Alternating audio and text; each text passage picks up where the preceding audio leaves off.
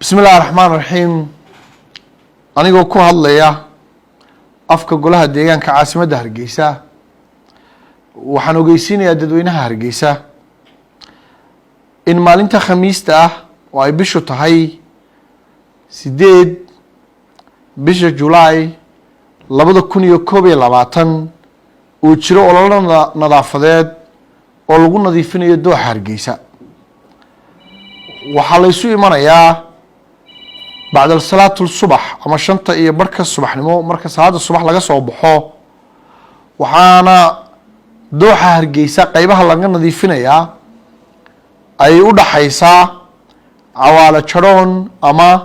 هالك وضد كتيم هذا بيرت حريته أي كجسور دعدو دوحة إلا إيو بيرتا سيد كا هالك وضد كجسور دعدو مركز أي كتيم هذا صليق نيو هرجيسة sidaa daraadeed shacabka reer Hargeysa waxaan ugu baaqaynaa inay nagala soo qayb galaan ololaha shacab ee aynu ku nadiifsanayno dooxa Hargeysa si dooxa Hargeysa aynu uga dhigno meesha dadka reer Hargeysa ay ku leer qaataan ku lugeeyaan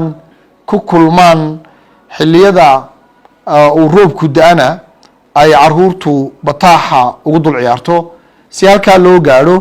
waxaanu dadweynaha reer Hargeysa ka codsanaynaa yar saqiir iyo kabiir ganacsato shaqaale sheekh dhalinyaro haween inaan loo kala harin halkaana waxay noogu diyaaraa dhammaan agabkii aynu u baahnayn si aynu qashinka u gurno sidoo kale waxa halka aad kula kulmi doontaa oo ku sugaya ololaha kala qayb qaadanaya dhammaan xubnaha golaha deegaanka caasimadda Hargeysa iyo sidoo kale shaqaalaha dawladda hoose ee Hargeysa waa maalin aynu tijaabinayna awoodeena waa maalin aynu ogaan doono inta aynu leenahay awood marka aynu isu geeyno awoodaheena gamaha isqabsano iskaashano wada jirno si markaa ay taasi niyadeena u dhisto oo aynu u tabaabulshaysano hawlo kale oo ka waaweyn inaynu wada qabano waxaanu shacabka reer Hargeysa ka codsanaynaa maalinta inaynu sameeyno isu soo bixi ugu weynaa saacad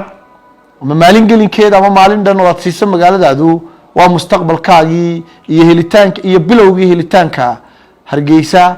nadiifa oo qurux badan oo xadiid aan lahayn